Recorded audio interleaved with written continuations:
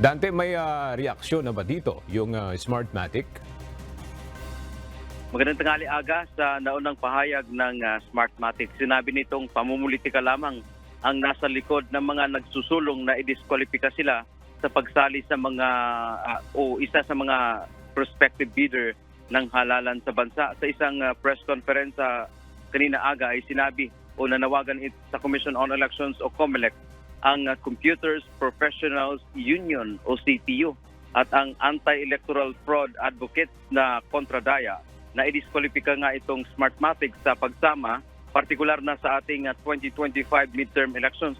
Ito ay kasunod na rin ng mga natuklasan umanong irregularidad o katiwalian sa mga nakaraang halalan katulad noong 2022 national and local elections sa pamamagitan ng grupo ni na dating DICT Acting Secretary Eliseo Rio.